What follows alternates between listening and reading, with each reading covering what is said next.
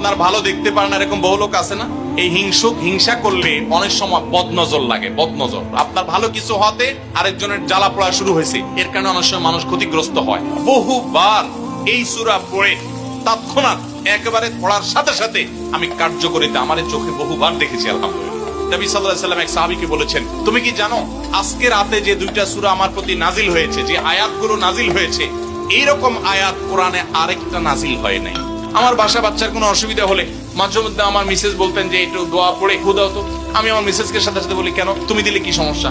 অনেক সময় বাচ্চাকে নিয়ে আসেন, হুজুর একটু তাকে দোয়া পড়ে ফু দিয়ে দেন, একটু পানি পড়ে দেন। আমরা কি দোয়া পড়ি আজকে সেটা আমি আপনাদের সামনে ফ্ল্যাশ করে দিলাম, জানিয়ে দিলাম।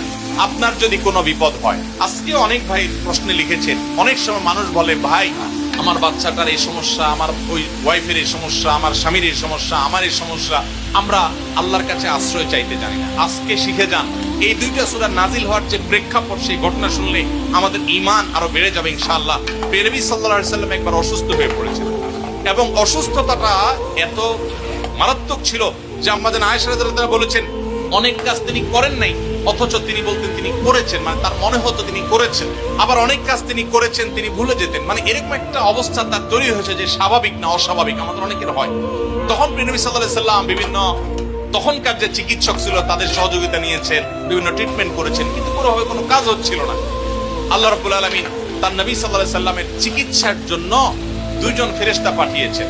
তাদের একজন ফেরেশতা নবী সাল্লাল্লাহু আলাইহি ওয়াসাল্লাম স্বপ্নে দেখছেন যে একজন ফেরেশতা তার মাথার কাছে এসে দাঁড়িয়েছে নবী সাল্লাল্লাহু আলাইহি ওয়াসাল্লাম, আরেকজন ফেরেশতা নবী করিম সাল্লাল্লাহু আলাইহি ওয়াসাল্লামের পায়ের কাছে এসে দাঁড়িয়েছে। মাথার কাছে যে ফেরেশতা দাঁড়িয়েছে, ওই ফেরেশতা পায়ের কাছে থাকা ফেরেশতাকে জিজ্ঞাসা করছিলেন যে এই লোকটার কি হয়েছে, অর্থাৎ নবী সাল্লাল্লাহু আলাইহি ওয়াসাল্লামের কি হয়েছে। তখন পায়ের কাছে থাকা ফেরেশতা খুব মনোযোগ সহকারে শুনেন, পায়ের কাছে যে ফেরেশতা দাঁড়ায় ছিলেন উনি বলতেছেন, ওনাকে, অর্থাৎ আমাদের নবী সাল্লাল্লাহু আলাইহি ওয়াসাল্লামের কথা বলছেন, ওনাকে জাদু করেছে। পায়ের কাছে থাকা ফেরেশতা এটা বলার পর মাথার কাছে থাকা ফেরেশতা আবার জিজ্ঞাসা করলেন, কে জাদু করেছে? পায়ের কাছে থাকা ফেরেশতা তার নামও বলেছে, লবিদ ইবনে আসাম নামে এক ইহুদি, উপর দিয়া মুনাফিক মুসলমান সাজছে, আসলে সে ইহুদি, সে জাদু করছে নবী সাল্লাল্লাহু আলাইহি ওয়াসাল্লাম।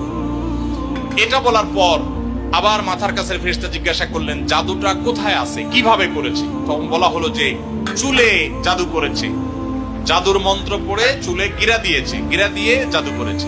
এরপর আবার মাথার কাছে ফেরেশতা জিজ্ঞাসা করলেন, জাদুটা কোথায়, জাদুর সেই সুতাটা, সেই ইয়েটা কোথায় রাখা আছে? তখন পায়ের কাছে থাকা ফেরেশতা, এগুলো আল্লাহর পক্ষ থেকে ওহী নিয়ে আসছেন, ওনারা জানেন, আল্লাহ ওহীর মাধ্যমে তাদের জানিয়েছেন। তো তারা বললেন যে, তিনি বললেন যে